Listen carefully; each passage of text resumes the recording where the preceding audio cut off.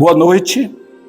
Vamos ficar em pé e vamos fazer a leitura em Provérbios, capítulo 15, o versículo 24. Para o sábio há o caminho da vida, que o leva para cima, a fim de evitar o inferno embaixo. Vamos orar. Senhor, aqui tem um grupo que veio para ouvir Tua palavra. E a Tua palavra é maravilhosa. Ela é tudo o que precisamos. Ela é nossa força, nossa riqueza, nossa sabedoria. Tudo está na Tua palavra.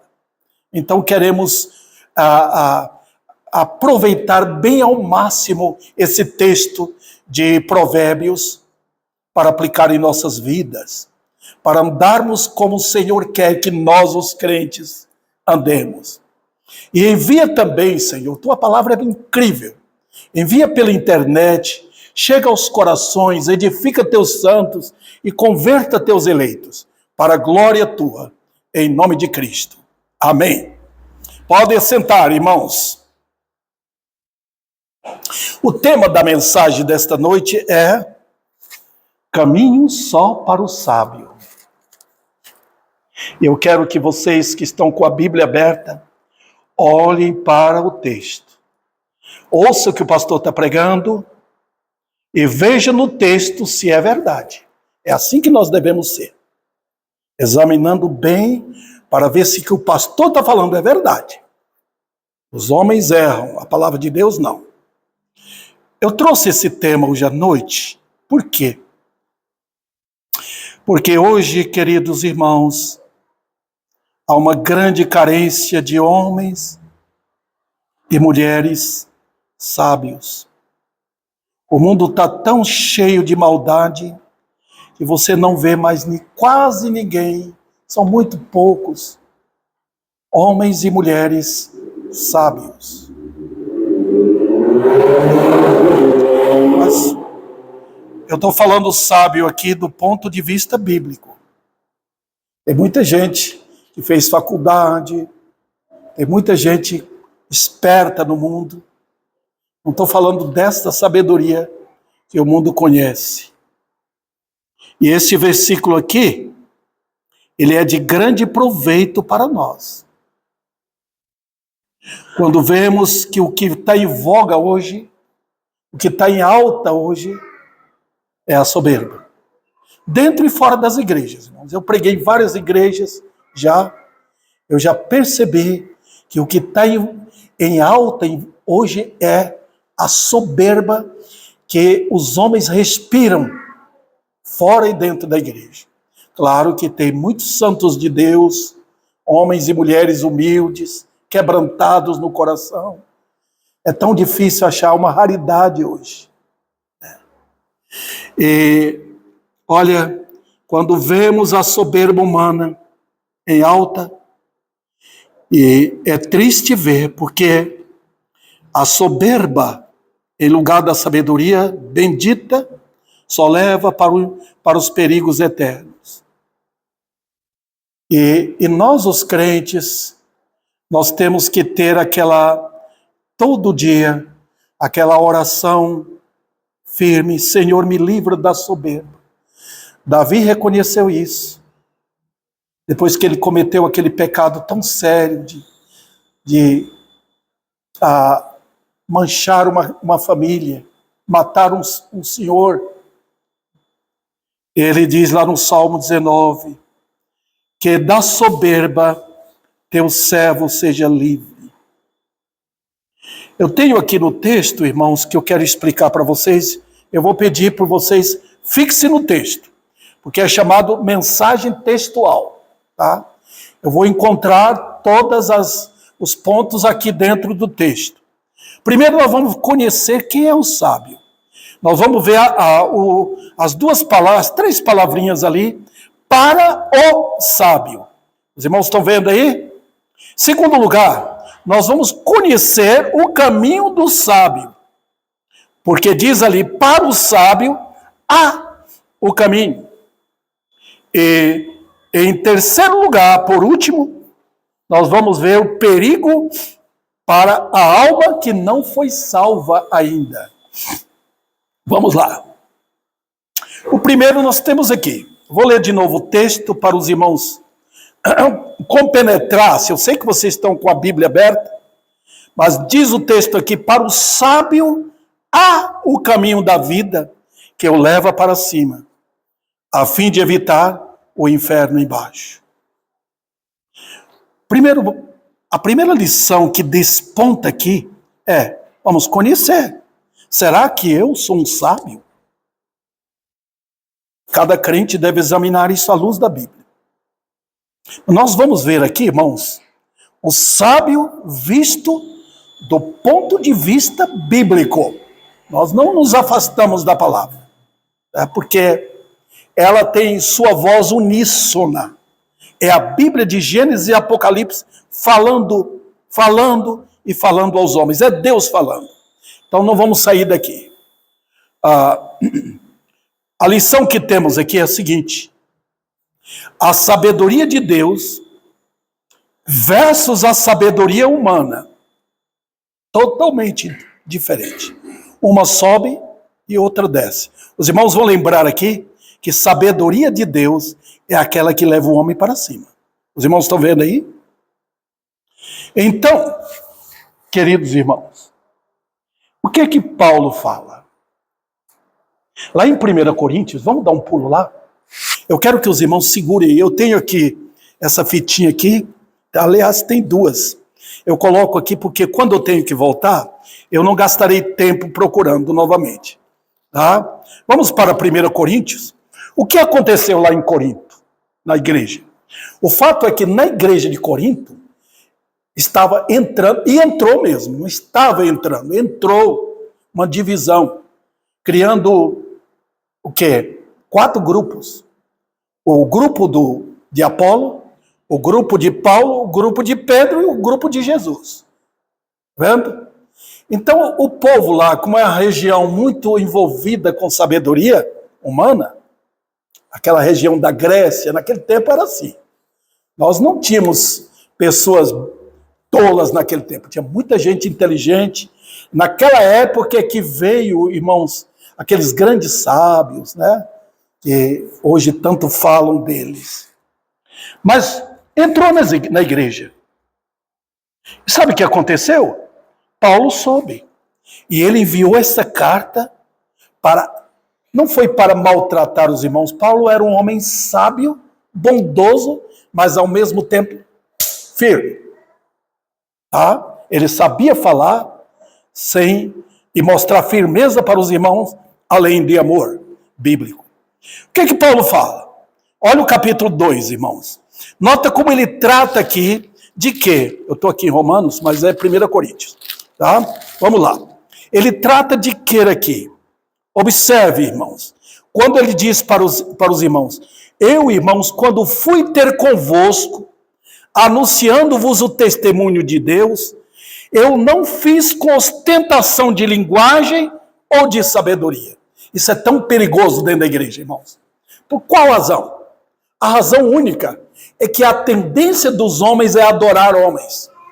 E está acontecendo isso hoje. Quando desponta um homem que tem muita capacidade de oratória, fala bonito, fala frases lindas de teologia, o povo se apega àquele homem. Isso é idolatria. Foi assim que aconteceu na igreja lá. Tá? Apolo era um homem incrivelmente sábio. E eu acho que a parte mais culta da igreja se apegou a Apolo. Olha então o que Paulo faz. Versículo 2. Porque eu nada decidi saber entre vós. O que Paulo, quando ele ia lá, o que ele falava? Só sobre Cristo Jesus. Mas nota o que ele acrescenta. E este crucificado. Os irmãos estão percebendo? Quem é que gosta de uma mensagem desta? Quem é que gosta de ver a exaltação da cruz? Paulo falou: eu não falei mais nada. Eu não falei sobre família. Eu não falei mais sobre nada aqui. Falei sobre a cruz. E aí, e foi em fraqueza, temor e grande tremor que eu estive entre vós. Irmãos, quando eu leio isso aqui, eu me sinto arrasado. Porque eu desconheço na minha vida o que é temor e tremor, especialmente para pregar. Alguém falou que quando Spurgeon ia pregar, 2 homens iam lá no escritório dele na hora e tirava ele de joelho, ele caído de joelho, tremendo, para ele vir ao púlpito pregar. Olha, queridos, que Paulo fala, então ele dá uma explicação rápida, mas clara. A minha palavra e a minha pregação não consistiram em linguagem persuasiva de sabedoria, mas em demonstração, aí aqui que está, do Espírito e de poder. Essas 2 coisas foram unidas. Qual a razão que Paulo faz isso? Para que a vossa fé não se apoiasse em sabedoria humana, e sim no poder de Deus. Maravilha. Então, eu acho que eu dei uma introduçãozinha, mais ou menos, para vocês. E essa introdução é para dar um calor sobre o texto lá de Provérbios, que eu peço para os irmãos a voltar para lá. Mas antes de voltar para Provérbios, os irmãos vão chegar lá perto em Isaías.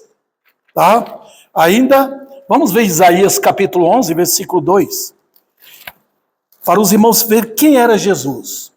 Observe Isaías capítulo 11, versículo 2. Ok. Eu acho que até os irmãos já acharam mais rápido do que eu. Veja. Falando de Cristo, do tronco de Jessé, os irmãos sabem que Jessé aí era o pai de Davi, sairá um rebento, e das suas raízes um renovo. O que é esse? Cristo. Repousará sobre ele o Espírito do Senhor.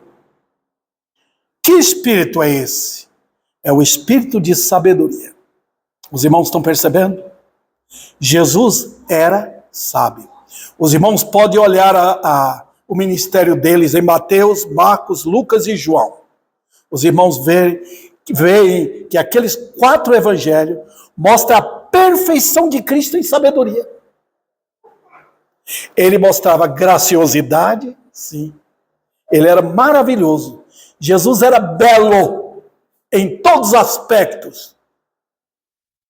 Mas, quando ele tinha que falar a verdade, ele falava a verdade em todos os aspectos. Agora, irmãos, quando é que começa essa sabedoria? Quando é? Vamos voltar para Provérbios, irmãos. Eu estou aqui já no capítulo 15. Espero que os irmãos chegaram lá.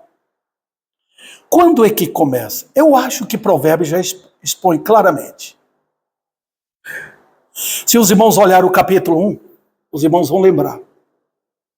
O temor do Senhor é o princípio da sabedoria. Versículo 7.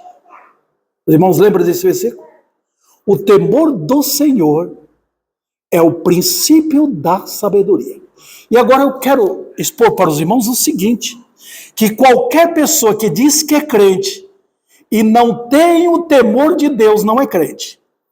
Porque, queridos irmãos, quer ou não aceitar, se alguém disse eu aceitei Jesus, tudo bem, mas habita em você o temor de Deus. Se não habita, você não é um crente.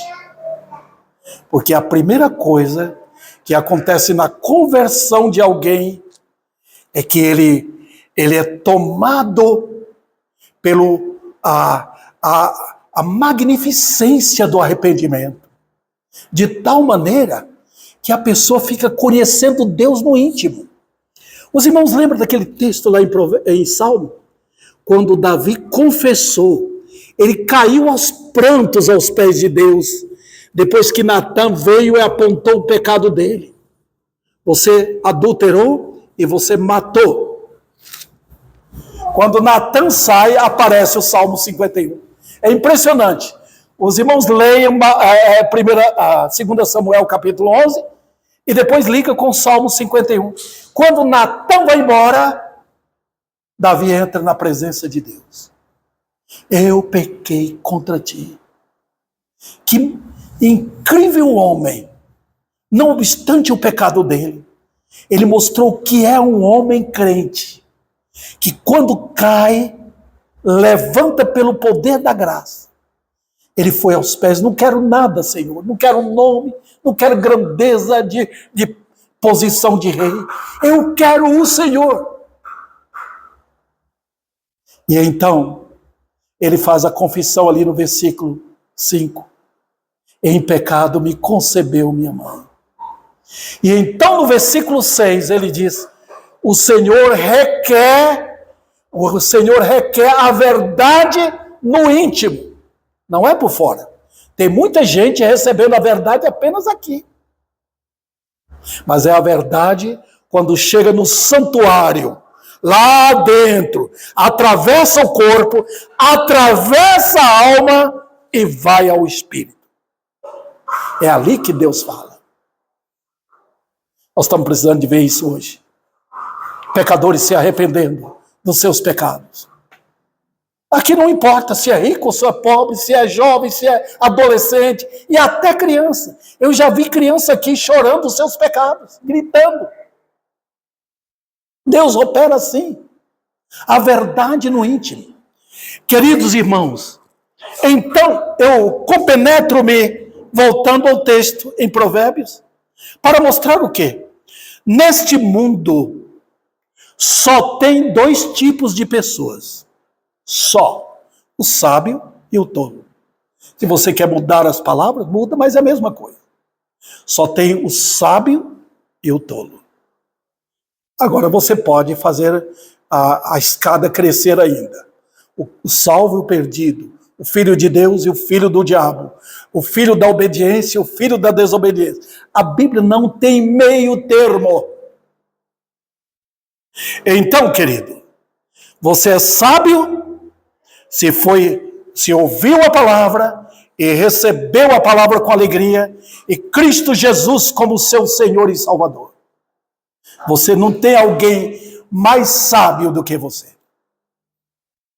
E foi com essa sabedoria que milhares de crentes enfrentaram reis, enfrentaram perversos, enfrentaram a morte e não se curvaram. Vamos lá. Então, queridos, resumindo, sua sabedoria começou quando? Quando um dia o mundo diz para você, você é um louco. Deus diz, você é um sábio. Os irmãos perceberam? Quando o homem se converte, o mundo diz, você é um louco. Eu não esqueço de contar para os irmãos de muito tempo atrás, não sei que lugar foi, um ferreiro. Os irmãos conheceram o ferreiro. Eu conheci quando era pequeno, hoje não tem mais. Hoje a coisa é tão elevada em termos de conhecimento, né? Mas um ferreiro se converteu, ele era um bêbado. Ele se converteu e o pastor falou, quando vier a vontade de beber, clama o sangue de Cristo, que purifica de todo o pecado. E ele estava lá no trabalho dele, cantando com alegria, quando chegaram os amigos de infortúnios dele. Você agora é crente? E um pegou e segurou as suas mãos aqui por detrás, e outro chegou com a garrafa de pinga e pôs bem no nariz dele. E o cheiro foi chamando a atenção, a carne foi querendo. E ele então conseguiu lembrar do versículo: sangue de Cristo lhe purifica de todo o pecado. E então ele venceu a força daqueles dois homens, pegou o martelo e quebrou a garrafa. O poder da graça. O mundo considera um sábio em Cristo como louco. Agora, vamos para a segunda parte. Conhecendo o caminho do sábio. Olha o texto, irmãos. Para o sábio há o caminho da vida. A primeira coisa que eu quero notar aqui com os irmãos é o caminho. Há um caminho. Não fala um caminho, ele não tem um artigo indefinido, ele é bem definido. Há o caminho. Os irmãos perceberam aí? O que aconteceu? A primeira coisa foi que Deus concedeu ao homem pecador a visão do caminho certo. Esse é o caminho.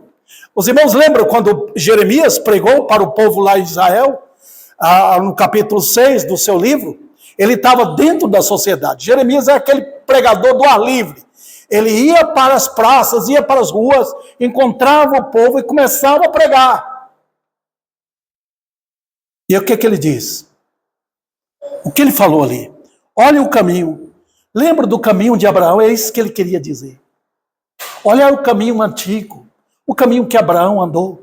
O caminho que Isaac andou. O caminho que Jacó andou. O caminho que José andou. O caminho que Moisés andou. O caminho que Josué andou. Grandes homens e mulheres crentes andaram.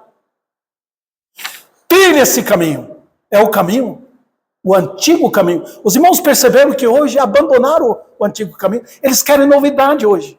Eles querem um caminho mais fácil, um caminho largo. Não a antiga vereda que os santos andaram. Eles não querem tudo mudar, tudo. Vamos fazer um cristianismo mais adocicado, um caminho mais fácil, vamos alargar a porta, está muito estreita, vamos alargar para o mundo inteiro entrar com suas músicas, com seus bailes, com seus rocks dentro da igreja.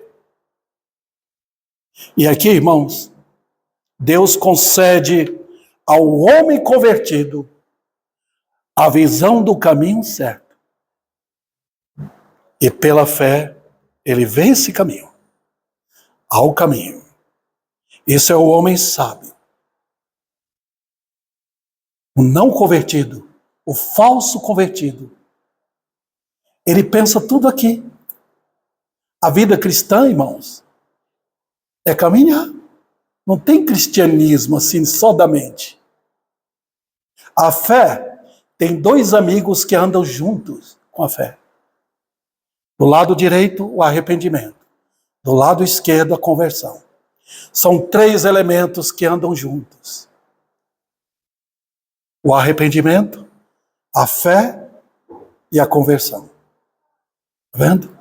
A fé nunca fica separada desses dois. Por quê? Porque o arrependimento leva o homem a tremer em face de quem Deus é, o que Ele fala, o que eu fiz. Eu ofendi meu Deus, eu ofendi meu próximo. O arrependimento, eu tenho falado, que é o único elemento que nos leva ao passado. É a máquina do tempo que nos faz ver quem foi que eu ofendi. Quem foi?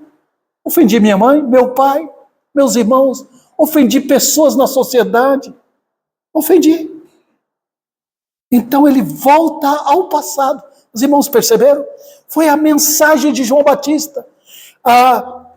Põe correto o caminho do Senhor. Vocês estão com caminhos tortuosos na vida. Então, o arrependimento celebra a glória da palavra de Deus. Não ignora. E a conversão? A conversão move os pés. Está vendo? Move os pés. As minhas ovelhas ouvem a minha voz. Eu as conheço. E elas me seguem. Veja, queridos. E só o sábio pode ver esse caminho. Ninguém mais. Porque diz que é para o sábio. Os irmãos perceberam?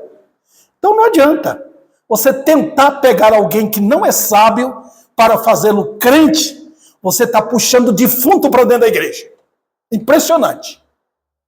Se você quer louvor dentro da igreja, chamando o mundo, você vai ter um verdadeiro velório ali dentro. Por quê? O mundo não conhece esse caminho. Esse caminho é para o sábio. Pessoas que temem a Deus. Também, queridos, é um caminho singular e definido, porque o texto é bem claro, não diz os caminhos, diz o caminho, não está no plural, está no singular, é o caminho. Quando a Bíblia coloca no plural, ele fala de veredas, as veredas dos santos, está vendo? Mas é no mesmo caminho. Quando eu vou andar ali em frente ao Savenhago, para atravessar a avenida lá perigosa e tanto movimento, tem várias veredas ali. Vereda é aquele lugar que você vai passando, até suas pisadas formaram um caminho ali, tá? Isso é vereda. Então você vê várias veredas ali, atravessando aquela parte de grama, né? O povo vai pisando, até formar essas veredas. É assim, também, eu me lembro quando a gente era pequeno lá na Bahia, a gente ia na casa dos nossos tios, eles moravam nas fazendas. E lá a gente via tanta vereda. Alguém passou, repisou aqui, fez esse caminho. No caminho para o céu tem muitas veredas, mas é um caminho só.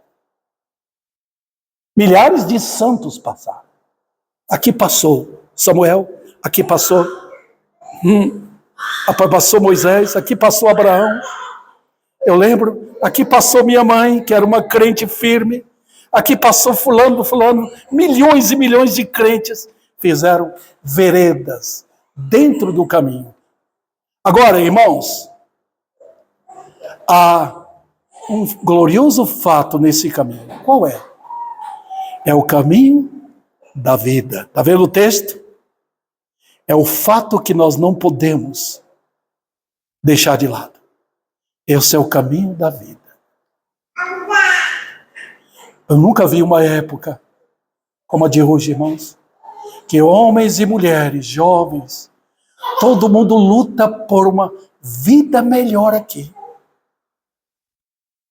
Incrível como a mensagem socialista entrou nas igrejas. Entrou.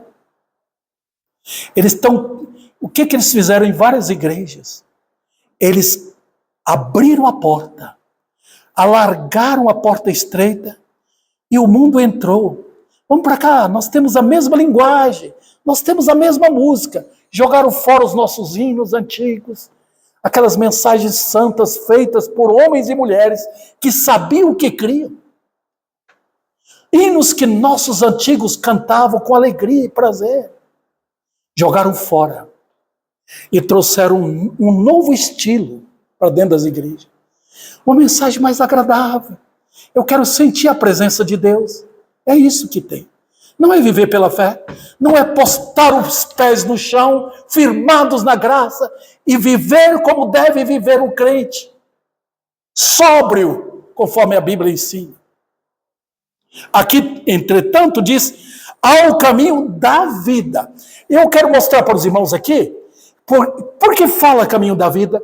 Porque os que andam neles são os que têm vida. Em Isaías, fala que o perverso não anda por esse caminho. Ele tenta, quando ele anda um pouquinho, ele cai. Ele tropeça. Já viu uma pessoa que não é crente? Ele vai com a gente, vai, de repente volta atrás. Não foi assim com Judas? Andou com Cristo, andou, mas o amor ao dinheiro era tanto que depois daquilo o prendeu, segurou, amarrou seus pés e mãos e levou-o para o inferno. Queridos, quem anda pelo caminho estreito é quem tem a vida que é em Cristo. Isso significa, vida na Bíblia não significa a vida que o mundo pensa. Eu tenho muita vida, eu quero aproveitar a vida. Não é isso. Vida que a Bíblia fala é o contraste da morte. Cristo veio para dar vida. Significa que a pessoa que tem vida ressuscitou um dia. Jesus o ergueu dos mortos. É o ensino claro de João, capítulo 1 até o capítulo 11. Há também, irmãos, um espírito de discernimento nesse caminho. O que nós vemos no texto? A fim de evitar o inferno embaixo. Eu falei para os irmãos, eu estava andando esses dias atrás, ali em frente ao Salveiago, lugar que eu ando 1 hora por dia. Tem um senhor baixinho, eu sempre converso com ele. Eu perguntei para ele, para onde vai sua alma depois da morte? Ele falou, não acredito no inferno. Depois, para me tentar expulsar da presença dele, ele começou a citar o Salmo 22. O Salmo 22 é um salmo, uma profecia de Cristo na cruz. Mas ele citava aquilo sem conhecer nada, citava de cor. Ele aprendeu na Igreja Católica. Sem entender. Ele queria evitar falar sobre a punição eterna. Mas em suma, o que está acontecendo hoje. Queridos irmãos, hoje falar sobre o inferno na igreja é ser expulso da igreja. Nunca mais chama esse pastor. Eu soube que lá no Rio de Janeiro tem pastores que ganham mais de 60 mil reais. Mas ele só prega aquilo que o povo quer, senão manda embora. É triste isso?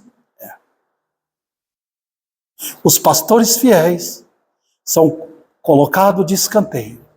Encontra uma igreja pequena, onde ele vai ficar ali, sofrendo com o povo fiel ao Senhor.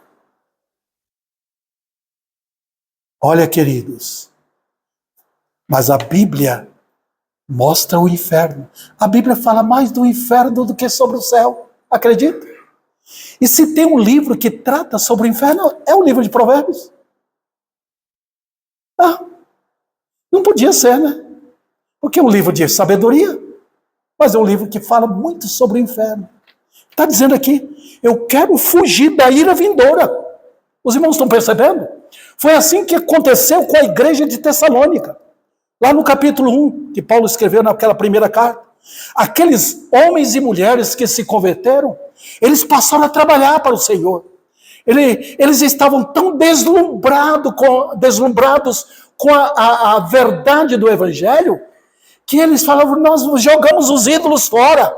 Nós pegamos tudo aquilo que nós amávamos, jogamos fora, quebramos tudo aquilo, toda a idolatria eles jogaram para servir ao Senhor. E no versículo 10, no final, Paulo fala que eles estavam esperando a Jesus para os livrar da ira vindoura.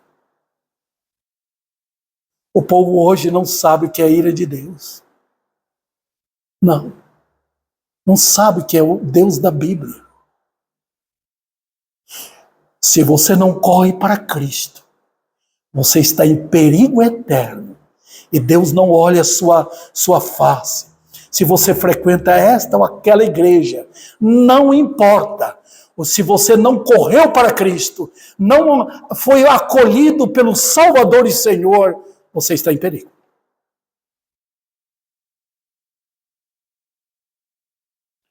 Então, vamos lá.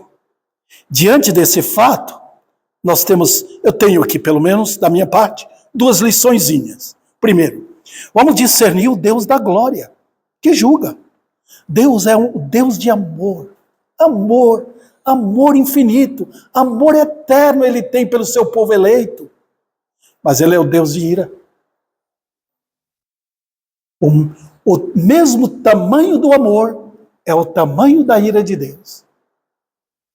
O mesmo gozo eterno que ele tem para os salvos nos céus, tem o terror do inferno. E o tempo de duração é a mesma coisa. Para sempre aqui,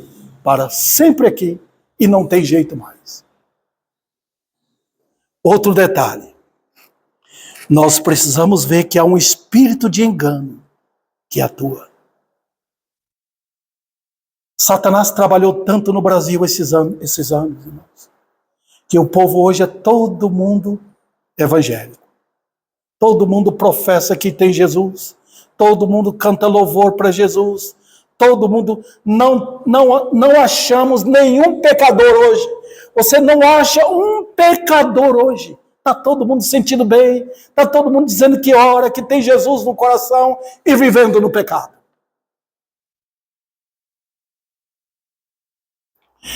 E, finalizando esse ponto aqui, há um temor a Deus. Que temor é esse? É o temor movido pela fé, que vê o invisível. A vida do crente não é emoção. A vida do crente é pela fé. O justo viverá da fé. Só vai acabar sua fé quando ele entrar no céu. Então, a fé é ocupada pela visão da glória. Enquanto nós não formos glorificados, nós temos que viver pela fé. Irmãos, não tem outro jeito. Não tem um caminho mais fácil. Não tem um trajeto mais perigoso do que o trajeto pelo qual os crentes trilham. Ele é movido pela fé. A fé que vê o quê? Vê o invisível. É a fé que não se assusta com as ameaças do homem. É a fé que foge de uma aliança com Satanás. E poderão vir dias de prova. Dias de prova. Oh, queridos, nós nunca passamos o que milhares de crentes já passaram e morreram. Nunca. Nós temos uma vida boa aqui. Você chega em sua casa, tem comida, tem geladeira, tem carro, tem tudo. Uma cama boa, tem tudo que fornece conforto. Mas você sabe que santos de Deus estão passando na China, na Coreia do Norte, passaram na Venezuela? Você sabe? Há pouco tempo mataram vários crentes na Nigéria. Tiraram, matando. Esse é o caminho. É o caminho para cima. A fim de evitar o inferno embaixo. Foi os 3 amigos de Daniel enfrentaram o terror da chama. Ah, sim, do algoz Nabucodonosor. Incrivelmente, sem nenhum medo, eles miraram a morte e ficaram firmes. Se o Senhor quiser nos livrar, Ele pode. Ele é o Deus do fogo, Ele é o Deus da água, Ele é assim. Se Ele não quiser, tudo bem. Nós não vamos te obedecer, ó Nabucodonosor. Que foge também de uma aliança com Satanás. Sim, é isso que faz os verdadeiros crentes. Eles estão trilhando para cima. Foge, então, de qualquer chamada do inimigo. E é por isso, queridos, que eu falo sempre para a igreja: leia a Bíblia. Porque quanto mais vocês leem a Bíblia, mais fortes vocês são. Porque Satanás quer rasgar, tapar as suas mentes, rasgar as Escrituras, para que vocês não leiam. Eu falei sobre conhecendo o sábio. Falei também sobre conhecendo o caminho do sábio. E agora vamos ver o perigo para a alma que não foi salva. Vamos lá. Então nós temos aqui o seguinte: há um perigo de estar enganado. Eu posso falar com afirmação, irmãos, sem medo de errar. Tem muita gente muitas pessoas que estão enganadas. Eu tenho lido o livro agora, estou terminando de ler o livro de John MacArthur. Ele faleceu há pouco tempo atrás, está na glória com o Senhor. Mas aquele homem deixou um legado de bênção para o povo de Deus. Ele findou seu ministério pregando sobre o arrependimento. Eu ouvi uma mensagem dele, foi traduzida, e ele pregou. Não interessou se tinha pessoas que se converteram ou não. Ele pregou a mensagem de arrependimento. Mas ele mostra nesse livro que tem milhares de pessoas dentro das igrejas crendo numa falsa segurança. Por quê? Eu posso entender. Como é que eu sei que a pessoa tem uma falsa segurança. A primeira coisa que pode ser vista é que a pessoa não tem prazer pela palavra. Se você não ama a Bíblia, você não é crente. Jesus falou, quem é de Deus, ouve as palavras de Deus. As minhas ovelhas, ouvem a minha voz. Há uma sintonia, irmãos, impressionante. Da eleição eterna, vem um fio que passa pela cruz, e esse fio vem até o coração do crente. Há uma sintonia contínua. É a mesma coisa que você faz com o seu celular, né? Você sempre comunicando, às vezes perde, mas há no verdadeiro crente uma ligação extraordinária da eternidade, passa pela cruz e vem até o coração do salvo. Se não tiver isso, você é mundano. Olha, queridos, milhares querem ir para o céu, mas querem continuar no seu pecado. Está vendo? Querem andar no pecado, no conforto do pecado. Você não é crente. É impressionante como a Bíblia liga a salvação com santidade. Veja bem, a santidade não produz salvação. Isso que nos difere dos pentecostais. O pentecostal diz que santidade, você precisa ser santo, e eu entendo o tipo de santidade deles, para que você possa entrar. A Bíblia não ensina assim.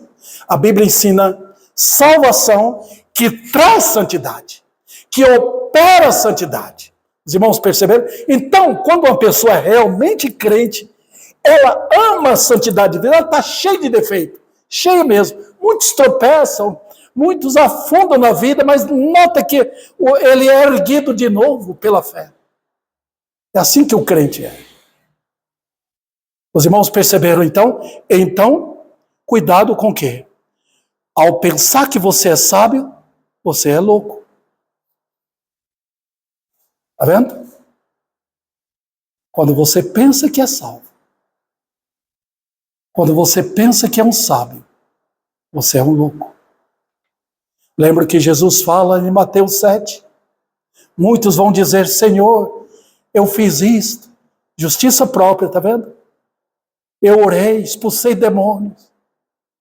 O que o Senhor vai falar? Nunca vos conheci.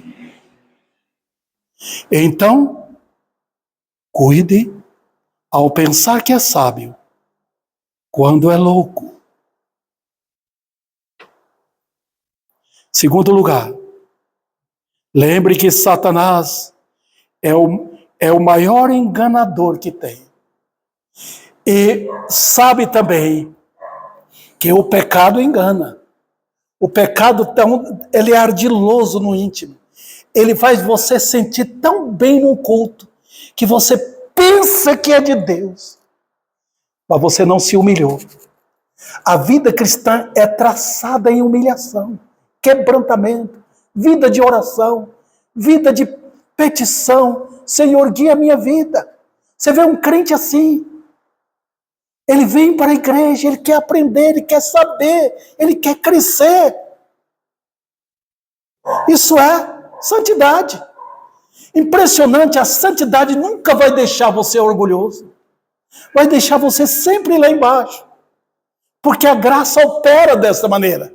A graça opera dando a impressão para você de que você está lá embaixo. E está mesmo, mas a graça é colocar você lá em cima.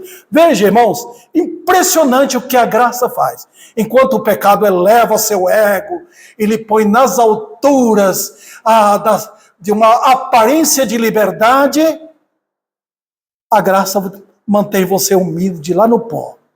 Mas você não percebe que a graça ele elevou. Os irmãos percebem? Olha o que Paulo diz. Quando estou fraco, quando sou fraco, então, olha a palavra então, é que eu sou forte. Percebe a diferença? O ímpio diz, quando eu sou forte, é que eu sou forte. Eu não preciso de Deus. Segundo lugar, o caminho também prova a tua direção. O caminho vai mostrar Para onde você está indo? Veja o que diz o versículo. A fim de evitar o quê? O inferno. Agora veja, queridos irmãos, qual é o perigo? Pessoas podem estar indo para o inferno pensando que está indo para o céu? Pode.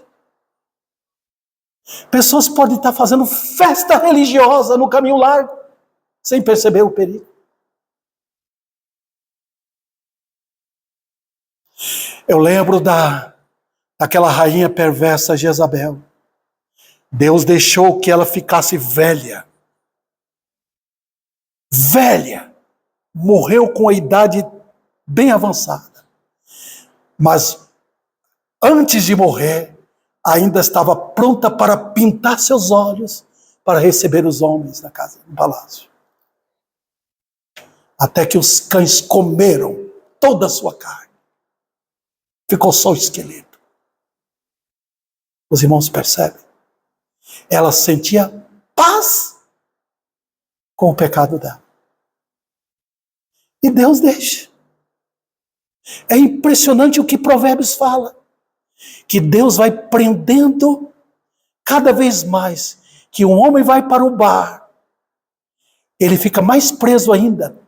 Cada vez que ele avança no pecado, mais grilhões nos seus pés, mais algemas nas mãos, mais revestimento de orgulho, de ódio contra Deus.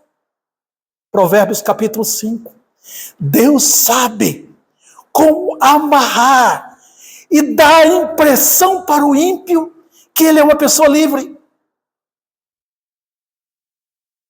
A única liberdade que existe é a liberdade que faz você subir para o céu. Fora disso, é escravidão.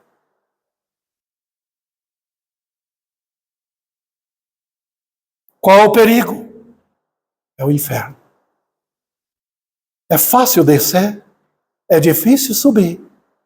O caminho para o céu é subida e precisa ter disposição. Olha o que diz Isaías capítulo 40. O crente é assim. Ele tem momento que ele anda, tem momento que ele corre, mas tem momento que Deus dá asas para voar. Veja o que diz ali. O que confia no Senhor, corre, anda, corre e quando precisa, sobe. Os irmãos já viram? Tem momento na vida do crente que Deus tem que carregar o crente. Ele está tão fraco que você nem vê as pegadas dele no solo, porque Deus tomou no colo aquele crente fraco. O Senhor carrega. Mas Deus normalmente faz caminhar. E agora? E para correr, Deus dá força. Não deu para Elias? Correu, que ultrapassou uma carruagem. É o poder de Deus. E dá asas para voar. Quando vem o perigo, quando vem a morte, impressionante, o crente... Eu estava subindo a rua da minha casa, é uma subida, tempos atrás, e tinha uma pomba. E eu estava subindo até um pouco correndo. Eu ia pegar a pomba, mas quando o carro chegou perto, ela alçou o voo e conseguiu escapar. É assim com o crente. Quando parece que o mundo vai nos pegar, quando parece que o mundo a morte chega para estraçalhar Satanás com ódio do crente, o Senhor dá asas para o crente. Dizem que lá em Roma, quando a Igreja Católica perseguia os crentes, aquela região da Europa, tomado de perseguição, muitos santos de Deus tiveram que enfrentar o fogo, foram queimados vivos.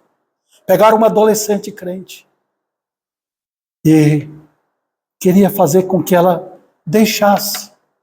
Ela falou, não, na hora da morte, o Senhor me dará asas e eu vou subir. Impressionante o que a graça faz.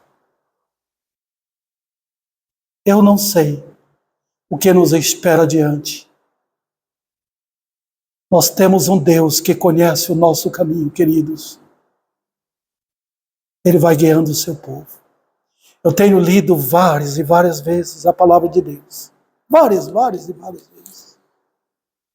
Mas quando eu chego ali, em Números 33, conta ali, Moisés escreve detalhes por detalhes, onde o povo saiu do Egito, parou aqui, parou neste lugar, dá o nome do lugar, parou neste lugar aqui, andou 3 dias, sentiu sede, foi parando aqui, parou 1 mês aqui, mas ia adiante. Os irmãos perceberam? É interessante notar como Deus conduziu o seu povo. Às vezes, andava um dia, para agora. Tá? Coloca o tabernáculo em ordem, para aqui. Tá? Vamos armar toda a tenda da congregação e o povo vai agora descansar. Passava uma noite só, levante de manhã, todo mundo. Aí tinha os levitas, tinha que pegar o tabernáculo, armar aqui, ou desarmar, levar nos ombros, levar assim tudo para andar. E o povo às vezes andava 3 dias. E às vezes Deus fazia parar 1 mês. Parou no lugar chamado Elim, onde tinha palmeiras e água em abundância. Dá vontade de ficar ali. Não, vocês não chegaram em Canaã. Vocês vão chegar. Eu li a respeito de um missionário que saiu da Inglaterra e foi trabalhar no meio dos índios. E depois de um tempo eles voltaram, a família voltou para visitar as igrejas. Quando chegou lá, desembarcou lá no porto, ele esperava que tivesse uma comissão de gente das igrejas para receber. Não tinha ninguém, só tinha um irmão, acho que com a família dele. Ele ficou triste. Aquele irmão percebeu e falou para aquele missionário: querido irmão, nós não chegamos ao lar ainda. Nós não chegamos. Quando chegar ao lar, a recepção vai ser de milhares e milhares de santos, saudando os queridos irmãos que ali chegaram, para todo sempre. E agora, vamos à aplicação? Em que direção você está indo? Você está indo para cima ou está descendo? A Bíblia conta a sua fé pelos seus atos. Seu caminho é para cima? Se é, aleluia. Você é um crente. Você ama a palavra? Então você é um crente. Você ama Cristo? Você é um crente. Você glorifica Deus no seu viver, no seu falar?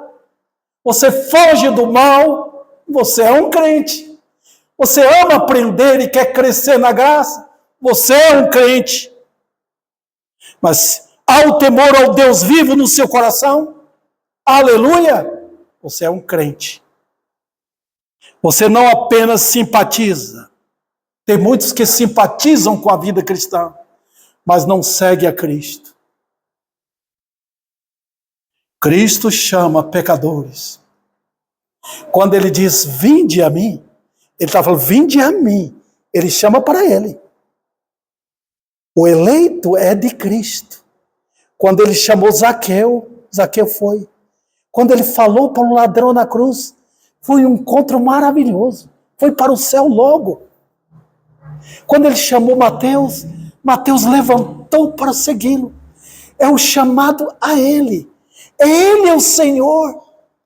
Então ele convida pecadores arrependidos, homens e mulheres, que estão vendo as suas vidas miseráveis. Miseráveis. Ele convida ao arrependimento. E é impressionante. Sabe onde Deus vai? Ele desce do céu, ele desce do trono para conversar com uma alma arrependida. Ele não vai lá em cima conversar com o orgulhoso, porque quem está com o orgulhoso lá em cima é o diabo. mostrando o mundo dele. Ele vai no pó, onde o pecador está. Lembra que ele fez Adão do pó? Lembra que ele fez a gente, nós, você e eu? Ele fez no útero da nossa mãe. Ele pegou do pó todo o pecado para fazer o vaso que ele queria. Impressionante. Mas ele desce do céu para falar com o pó. Quem sou eu? Um indigno pecador. E ele chama ao arrependimento. E quando ele chama, o pecador vem. É impressionante. Chamei-te pelo teu nome, tu és meu. Sabe por que ele não está chamando agora? Porque ele não está chamando pecadores. Porque tem o dia do poder dele. Tem o dia que ele o faz. Tem o dia que ele ouve as nossas orações. Tem o dia que ele se levanta. Pronto, pode agora. Eu vou fazer o trabalho. Tem que ter igrejas, crentes, que tapam o buraco. Você vê lá em Ezequiel, Deus está falando, eu procurei alguém para tapar o buraco, não achei ninguém. Ele quer homens e mulheres, porque ele vem com juízo. Ele vai passar o buraco e atingir os pecadores com a ira dele. Então, quando crentes oram, quando os crentes clamam, eles estão como que tapando o buraco. Foi assim que Moisés fez, quando Deus veio para matar o povo dele, que tinha feito o bezerro de ouro. Moisés tapou o buraco. Senhor, o Senhor não vai fazer isso. Oh, pecadores, vocês que me ouvem, venha a Cristo, vinde a Cristo. Ele salva o perdido. Que Deus aplique a sua palavra em nossos corações.